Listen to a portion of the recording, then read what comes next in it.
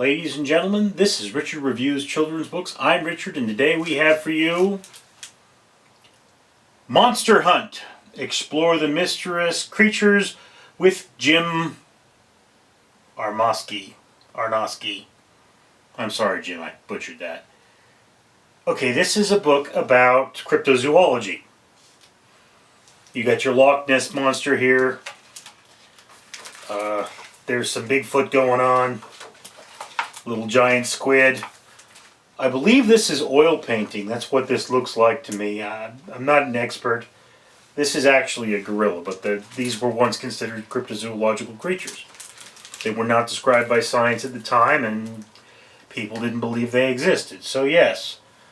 But this is a book that gives you a basic survey of many of the cryptozoological creatures that you will find in film and movies. They're the famous monsters, so to speak. And it explores the idea of, can these things exist and do these things exist, without saying clearly whether they do or do not. It is told in a semi-narrative, meaning that the author speaks directly to us, speaks about his search for these creatures and things that he's doing and being on his boat and what he's seen. So there's that. This is a very personalized book in that particular regard, but I don't feel that it really drew me in. I mean, I love this kind of stuff, but this didn't say anything I really hadn't heard of before.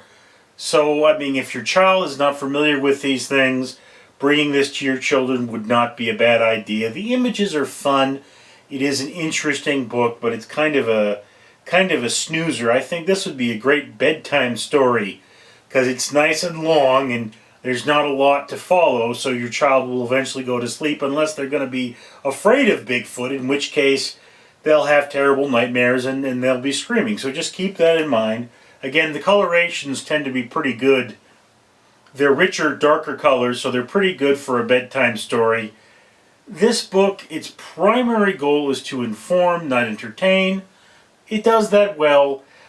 Again, I have seen documentary after documentary about cryptozoology. I've always found the topic fascinating. So this book, if I were maybe a 6-year-old, I would probably find this book fascinating. However, because I've already read all this stuff and already know it, there isn't a lot in here for me. But there is something in here for me. I enjoyed reading this book.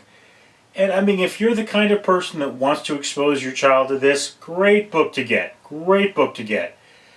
Again, you can only make that choice for yourself, and this is not going to be for anybody. So, or it's not going to be for everybody. So, you know, you can make that choice. Anyway, that's my opinion. I'd love to hear yours down in the comments below. I'm Richard.